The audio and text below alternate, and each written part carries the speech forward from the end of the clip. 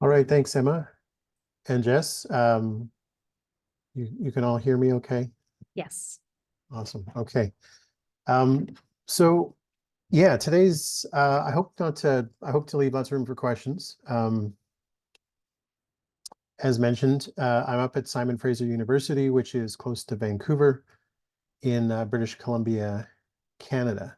And I'm mostly talking about um, uh, a project that I've been working on for about the last year and a half that was funded by a group called the Pacific Institute for Climate Solutions, which is based out of the University of Victoria. But I want to do a little bit of background and introduce myself a little bit more fulsomely. So we have this thing on the West Coast here. It's kind of a bit of a joke, but kind of a real thing where people often ask young Indigenous folks who your mother is. In particular, on my mom's side, they're a matrilineal society, so everything flows through the mother's line, and so that it is a very common question: who is your mother? And a lot of context comes with the answer in terms of community and clan and crest and so on. A whole bunch of questions get answered by the simple response of saying Edna Bolton, for example, where I would say who my mom is. So I'm Nuu-chah-nulth and Tsimshian. On my father's side, I'm from the Ahousaht First Nation, which is located on the west coast of Vancouver Island in Clayoquot Sound. And I carry the name Cha-chim-mathni, which is from the House of Glockenspiel, which means whale fat, and I'm the son of Wickaninnish. As I mentioned on my mom's side, I'm Tsimshian. I'm from the Kitselas First Nation, which is about midway up the province, although pretty close to the Alaska Panhandle, on the Skeena River. And I carry two names in the House of Nis-Haiwas or Waps Nis-Haiwas. Samoyegit Nisnaya, which is a name and a title, like a sub-chief in the traditional governance system of my mom's people, and then Gamayam, which is another name which roughly translates into imitating raven, and it comes from a story of the Kitselas First Nation and their migration to their current location.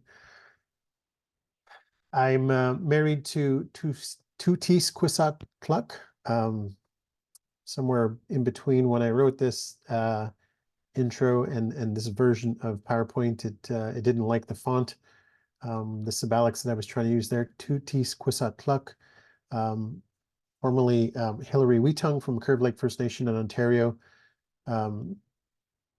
We live here in Vancouver with our two kids, Natcha-owat and Keet Kish. Where I'm located, we are on the territories of the Squamish, Tsleil-Waututh, and Musqueam First Nations, and neighboring to the Coquitlam and Stalo First Nations as well. So as mentioned, I'm an assistant professor in REM at SFU. I will be an associate professor in a few months. I suspect my tenure has been all but approved. I'm just waiting for the letter from the president. Okay, I literally just added this photo, like while you guys were doing the introductions to the slide. And this is just a friend of mine from a neighboring Tsimshian community, Dr. Spencer Greening. He brought down a whole bunch of seaweed, and my daughter had asked me, can I have a piece of seaweed? And it was just before dinner, and I said, sure, just one piece though. And as you can see there, it's a rather large piece of seaweed. They definitely love snacking on it. Okay, so in terms of where I'm situated, again, in the what's often called the Pacific Northwest, or I guess in some ways the Pacific Southwest, if you're orienting from Canada. There's many different sort of expressions that people use to describe themselves. Saltwater people is one common term. This picture, for example, depicts something that is fairly uniquely Nuu-chah-nulth and also Makah and Ozette and a few of the tribes in Washington State were traditionally whaling peoples. Dr. Charlotte Cote at the University of Washington, in her book, says, I believe it's somewhere in the neighborhood of pretty close to 80% of traditional sustenance for Nuu-chah-nulth peoples was derived from from traditional whale hunts. Of course, that changed quite significantly over the last 150 years or so. We're traditionally, seagoing peoples. Josh Reed, who is also at the University of Washington, is quoting an Ahousaht chief here in his study of the macaw, where the chief says, "The sea is my country." This really strong affiliation with oceanscapes, seascapes, and what I've often called home waters, comparable to the notion of homelands. Another term that is often heard around various communities, particularly with respect to sea urchins and clams and mussels and such, is when the tide is out, the table is set. And I've got a picture here of one of our PhD candidates, Sky Augustine, who is from the Tsuminis First Nation or Chemainus First Nation on Vancouver Island, and she has done the bulk of her PhD research on clam gardens, ancient and contemporary clam gardens. Okay, so a lot of the research, going back to my master's and my early PhD work, really was trying to focus on the political economy of the Nuu-chah-nulth people. My training is in political science and Indigenous governance, amongst the 3 degrees that I have. And one of the titles or subtitles of my PhD, my dissertation was from fishers to farmers of fish. And so there is a long history of contention in our communities around fisheries management, so engagement with the National Regulatory Board, as well as the incursion and the expansion of fish farms in British Columbia, and our relationships to these places and to these species, not only in a sort of more cultural sense, but also in terms of livelihoods. There's been tremendous impacts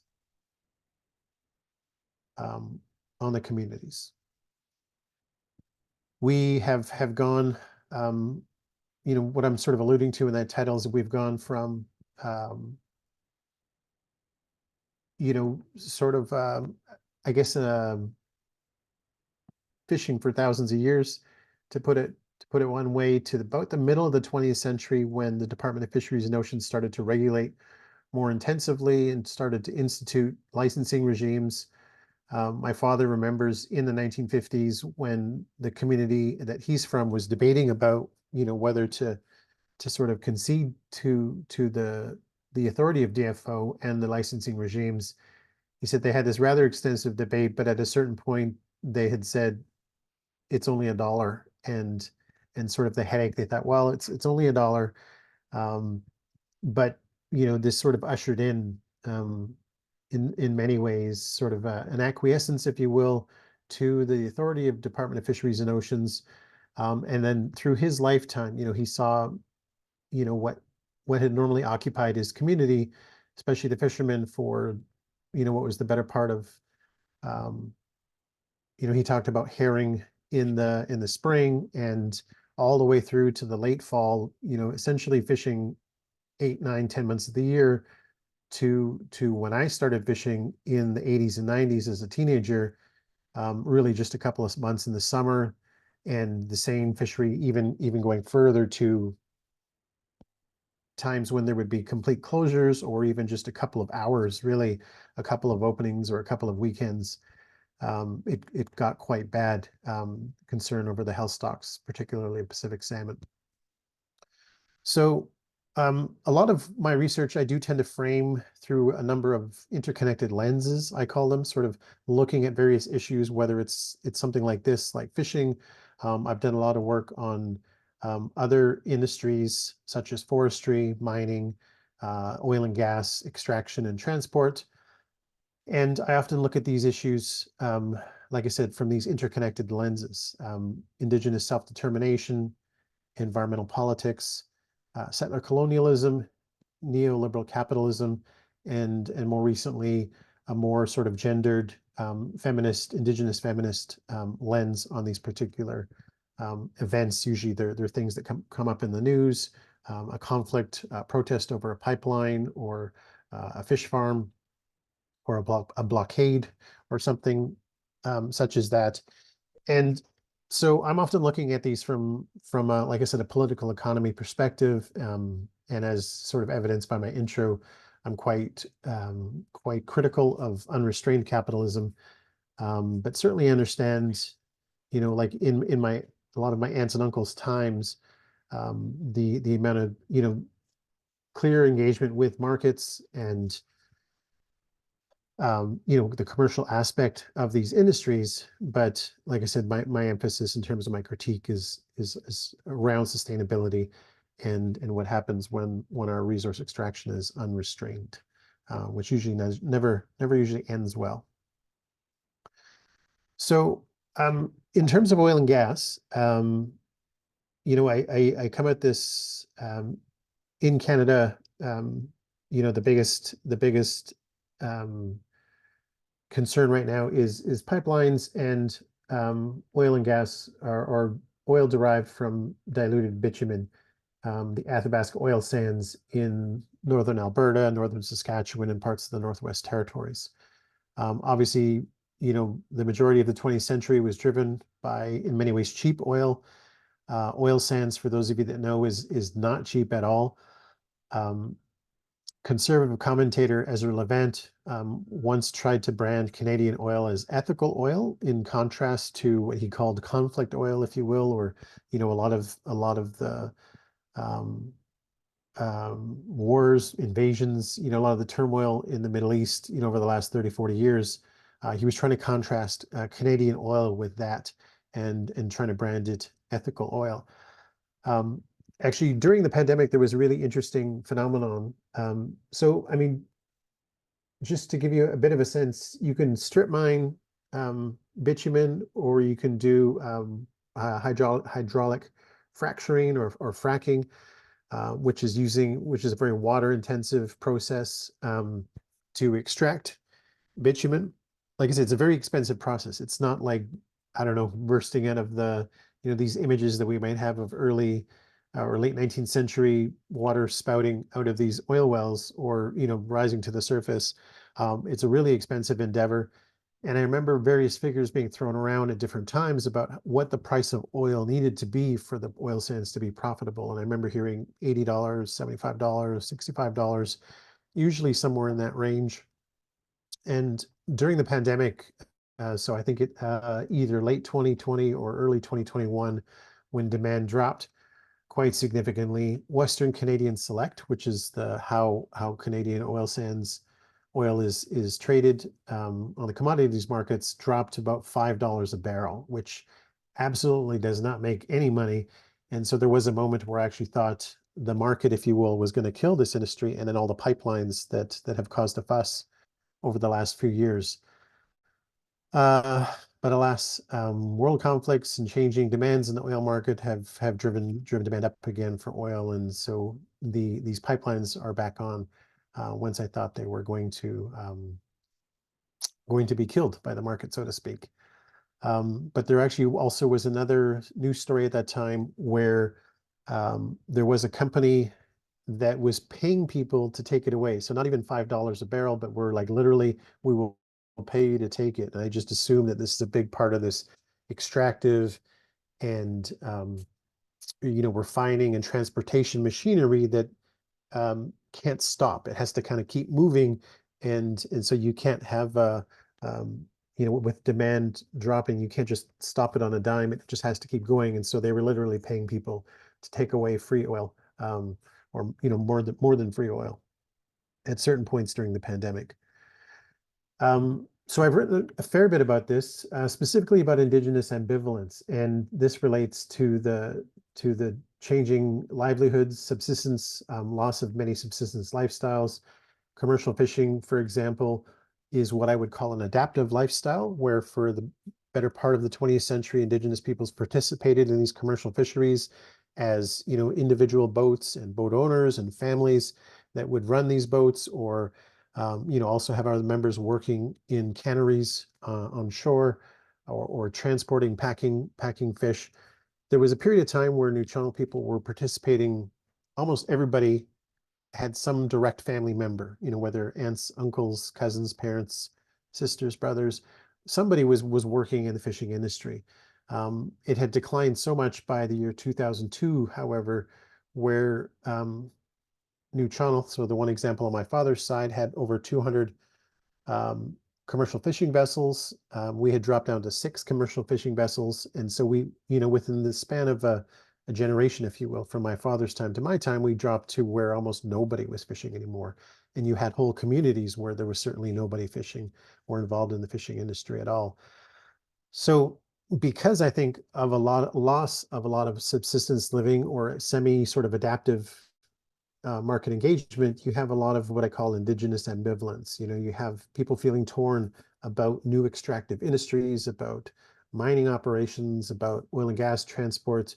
And you have the rise of something that Dana Scott, who's a professor at York University, calls contracting consent. And she talks specifically about the last 20 years of increased impact benefit agreements, where companies directly negotiate with First Nation communities to gain their consent for a project to go through. And so something like the oil sands and the Trans Mountain Pipeline have been a big deal, because we're talking about extraction and transport from northern Alberta all the way down to southwestern British Columbia, and this impacting dozens and dozens of communities. And many have opposed it, many have supported it to varying degrees of some enthusiastically so, and some feeling like they were defeated, if you will, and just felt like they had to get the most out of it. So they signed an IBA so that they would have some sort of economic benefit. But a lot of this has impacted many of these sectors, like I said, forestry, fisheries, mining, and in the focus here on energy, oil and gas as well. So you do see Indigenous peoples, there's really no one uniform response to it. On the one hand, you have communities calling for ownership stakes in transport and refining of oil. And you have, like I said, ongoing resistance in other places. So a lot of my research has been looking at those particular dynamics.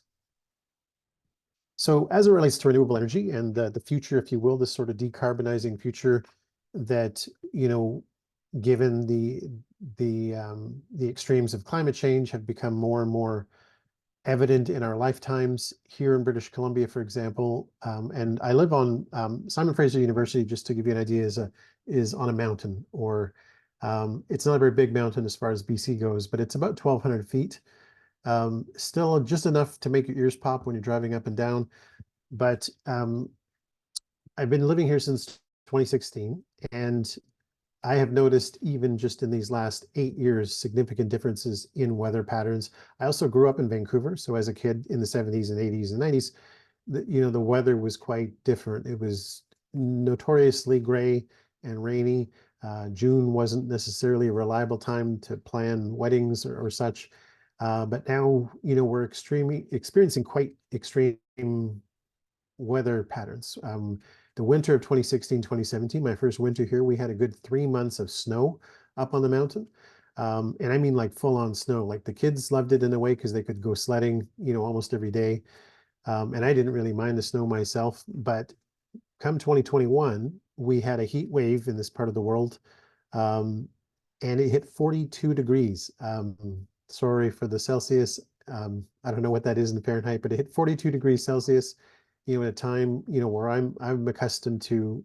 I was surprised when it hit 25 in Vancouver. And it was that particular heat wave, which was June, it was right on my birthday. So it was like very end of June.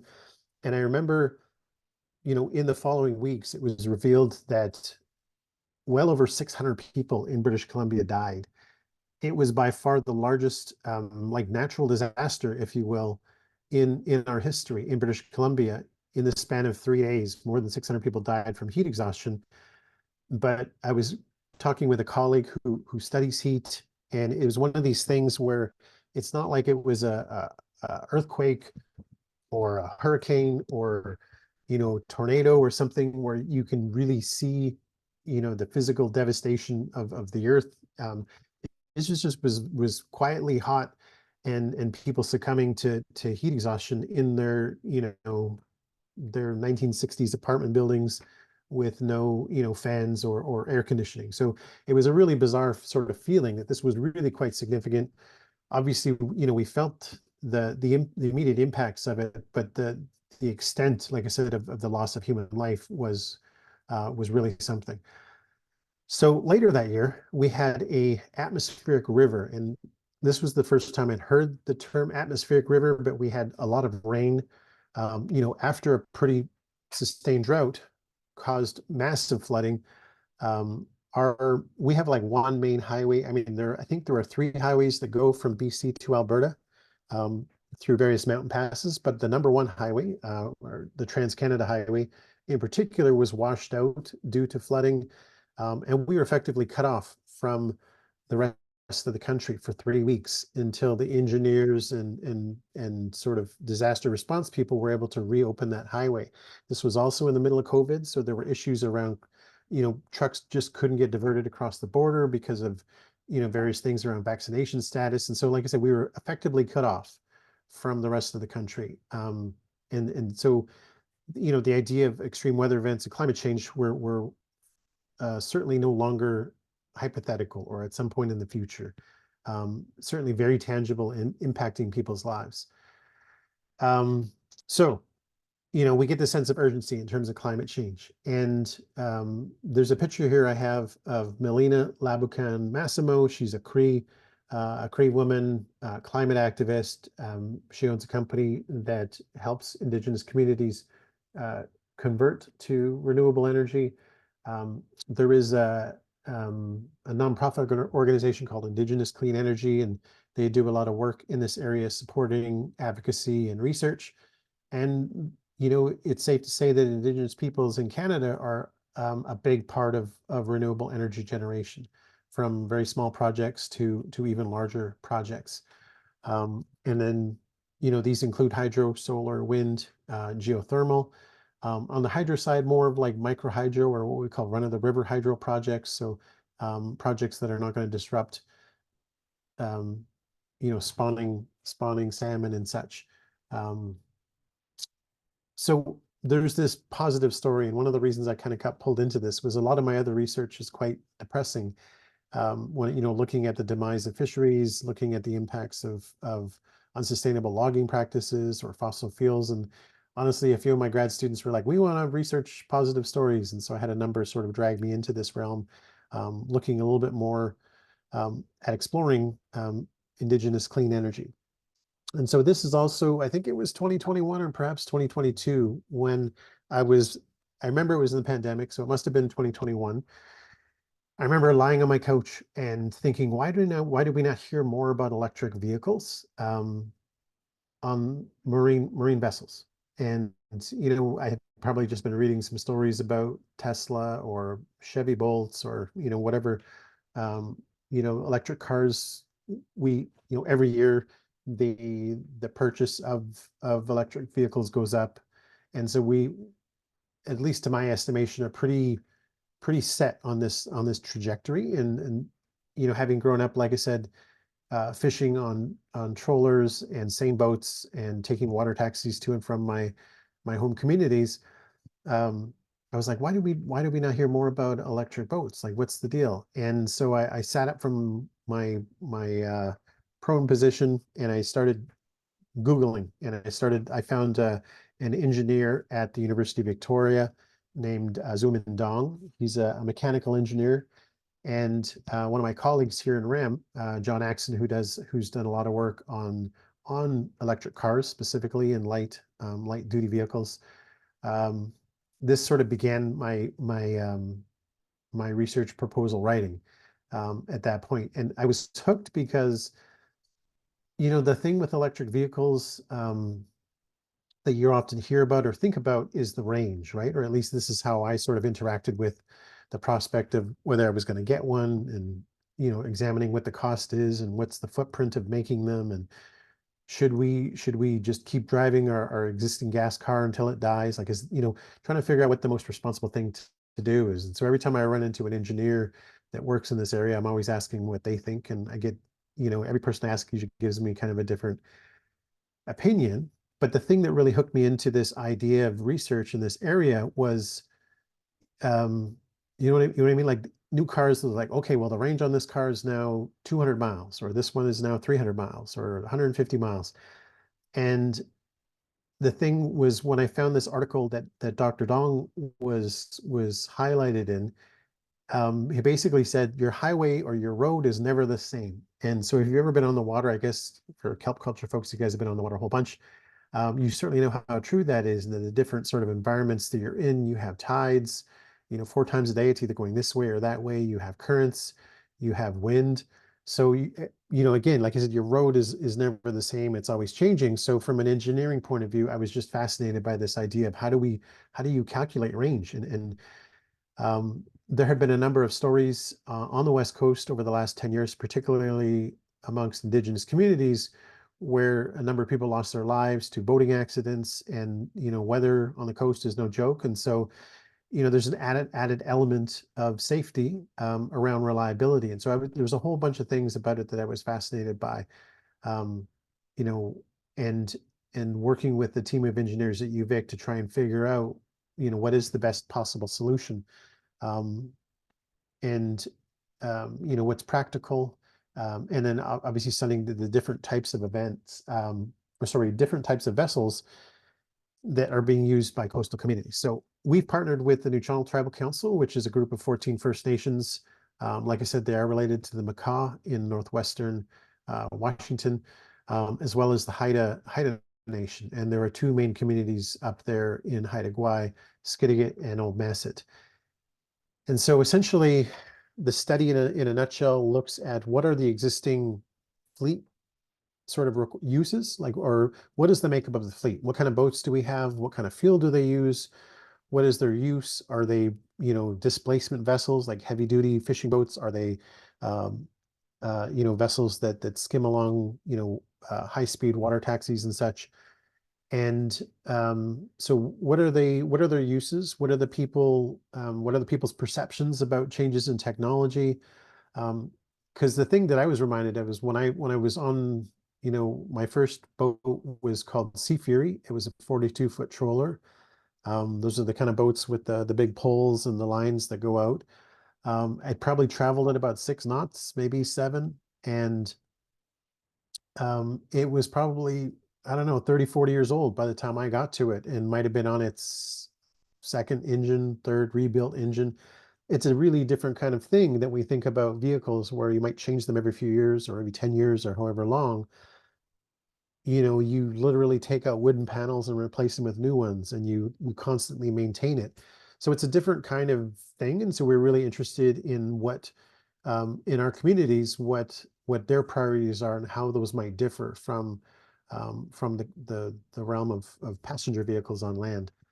So there's a whole bunch of stuff that we've been digging into in terms of surveys and focus groups, but also even expanding a little bit more in terms of Indigenous priorities about decarbonizing the marine space, what the benefits might be, what are the challenges in terms of policies or onshore charging infrastructure, or even just straight up use. So another example is that when I was on this trawler, the longest we were out one time, I think, was about 7 days. And you kind of go until the food runs out, or you fill up with fish, or the fuel runs out, and you come back in. And you just cannot do that with an electric vessel right now. There's no way it would work.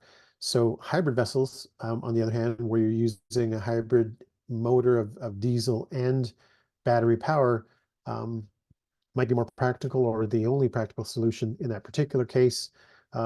Dr. Dong is also looking at hydrogen as a potential fuel source. So it really is kind of like I don't know if this is the right metaphor, but the Wild West of this industry. It's the early days, and so there's no standard, and there's nothing in mass production, and everything is really expensive to do. So, but we're interested, and like I said, from my perspective as a social scientist, what people think, and I start off even just like, so have you've heard of electric vehicles, for example, or electric trucks. What do you think about an electric boat or a hydrogen powered boat? And the funny thing with hydrogen, for example, is that everybody thinks the Hindenburg perhaps or something else, because I've had people make, you know, like explosion sounds. People just think it's a really volatile fuel. And from a chemical engineering perspective, I have no idea if it's any more or less volatile than, standard diesel or unleaded fuel. But John Axon and myself, like I said, as social scientists, are interested at the beginning of this shift to understanding so there's no wrong answer, like what their thoughts are. What do you think about this? And then how can we utilize this study to create sort of more awareness and education about the possibilities of decarbonizing the marine space. And the last thing I want to mention here on this particular slide was, like I said, we're also interested in anything that's any sort of particularly cultural or indigenous worldviews on this space as it relates to other kinds of pollution, noise pollution, submarine pollution, cavitation, the types of engines that are running. We know from the pipeline impact assessment, for example, that what they call them southern resident orca whales here in this part of the world, particularly sensitive to increased tanker traffic and not only the traffic but the potential pollution from the fossil fuel spills, but like I said, also noise and I don't even know if I'm getting the right term, but like sonar, like the sound pollution in the marine space is impactful on our marine relatives. And so we also have those kinds of concerns, and we're interested in how those sorts of values might shape the marine decarbonization space in a different way than just straight up numbers and science and calculations and such. Yes, and like I said, I've already alluded to, there's tons of challenges and opportunities. Onshore charging, awareness, cost, there's all kinds of stuff to dig our teeth into with respect to this research. Okay, I wouldn't be who I am if I didn't look at the dark side of this. I'm working on a project, or I had worked on a book called Extractive Bargains with a political economist from the University of Northern BC and a political scientist from McMaster, Paul Bowles and Nathan Andrews. Edited this book called Extractive Bargains. And this was looking at, in many ways, our transition from fossil fuel to a post-carbon or renewable energy economy and all of the challenges with that. So British Columbia, for example, is like 95% renewable energy. We've been like this probably since the 60s or 70s, but it has come mostly in the form of large mega hydro projects. The WAC Bennett Dam, the Site C Dam right now, which is causing all kinds of concerns, flooding, traditional indigenous territories, methylmercury contamination, seismic issues that are happening right now in terms of Site C, all kinds of stuff. Mega hydro projects are not friendly to indigenous peoples or the land. Like I said, despite the fact that we have a significant amount of pride in having renewable energy already, versus our neighbor next door, Alberta, is still, I think, 75% dependent on fossil fuels. One of the things that Nathan and Paul did in one of their chapters of this book in particular was to look at Green New Deals, if you will. So like, I guess, taking the Democratic Party's Green New Deal and the plans of Ireland and France and Spain. They were looking at major Western economies and what would be the impacts or what kind of critical minerals and metals are required to transition from what our fossil fuel economy to the post-carbon economy, to make all these electric vehicles, for all the infrastructure and so forth. And it's really actually quite frightening. There is a tsunami of more stuff that we need. And one of the most horrific things I did see was a bunch of stories on proposals to I think it's called like deep sea mining and looking for nodules or nodes. I can't remember what they call them, but like just wreaking havoc on the seafloor in terms of trying to again, get all the copper, magnesium. This picture here is of a lithium. I'm not sure if this is in Peru. There's a lot of concerns right now in Peru. So this also connects to the carbon colonialism issue. I think it's cobalt. There's something from the Congo. It's like 99% of the cobalt in the world is only you can get it from the Congo. There's all kinds of issues, and this is why I've called this sort of the mining renaissance, or the 21st century is the century of mining, and the concept of justifiable infringement. And the reason I bring this up in the context of Indigenous peoples is there have been a number of court cases, over Indigenous rights, and even the Trans Mountain Pipeline, for example. Prime Minister Justin Trudeau said that this pipeline is in the national interest and it will get built. And I in one of my publications, I said, when Indigenous people hear the term national interest, they recognize that their rights are going to be infringed.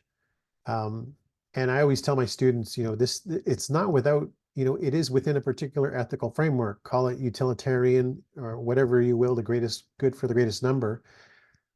These decisions are being made, and territories and people are going to be sacrificed. And so it's not like, there's a lack of awareness about it. It's not like necessarily people are ignorant, but they are making calculations, they are making decisions. And as it relates to Indigenous people and territories, we're often on the losing end of those calculations. So my concern with, this decarbonization of the economy in a big way, I recognize why we need to do it, but the stakes are higher. And so whereas Prime Minister Trudeau is talking about fossil fuel infrastructure and saying it's in the national interest, we're going to be shifting, again, like I said, all of this emphasis and resources towards mining extractivism and fitting out the new post-carbon economy. It's not just going to be the national interest, it's going to be like the global interest, if you will, or we're trying to save the planet. And there is no way we win that argument, or there's no way we sort of achieve environmental justice for Indigenous peoples when the stakes are that high. We are definitely going to be even more so those notions of sacrifice zones, environmental racism, and sacrifice people. So yeah, I mean, like I said, I recognize we need to go forward, and I'm trying not to end this on a total downer, but the UN Declaration on the Rights of Indigenous Peoples talks about the concept of free, prior, and informed consent, which I think is vitally important. And if we're going to achieve reconciliation, or even sort of increase support for Indigenous self-determination, we have to be very real and understanding about the impacts of any kind of economy, especially one that, like I said, it's hard to a deeper investigation reveals really how much mineral extraction is going to be required to fuel these economies. But like I said, there's a certain feel-good aspect of it it's hard to contend with in terms of reducing greenhouse gas emissions, but all this other stuff going on. And then the last thing that I want to conclude with here is this idea of home, and it's just sort of a thread that I have in a lot of my research. I do research amongst Nuu-chah-nulth people and Tsimshian people, my own communities, and I've also worked for Indigenous communities, in sort of a research capacity, or in my prior life as a negotiator and administrator of negotiations with the state governments.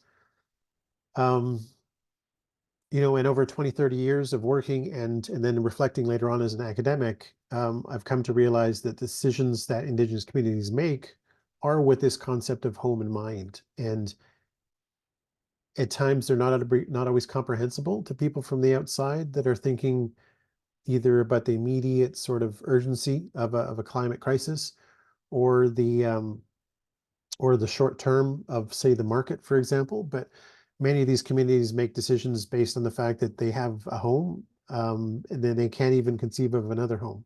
So it just mean temporally, the timeline goes much farther back and much farther forward. Um, um, and with that in mind, there's a scholar, I think he's at University of Michigan, named Kyle White, Anishinaabe scholar. There's a writing that he has where he says, we're living through our ancestors' dystopia. And so it was in part responding to this sense of urgency that many non-Indigenous peoples feel about climate anxiety and the climate crisis right now. For many Indigenous communities, they've already lived through the apocalypse in some ways, in very real ways, not just metaphorically. and like I said, so they have a different sense of not that they don't recognize that these issues are urgent and ongoing and the need to protect their territories, but they have a longer temporal scale usually. And I think that's it. Yeah. So in my father's language, Kleko, thank you very much. I've got my email and website there.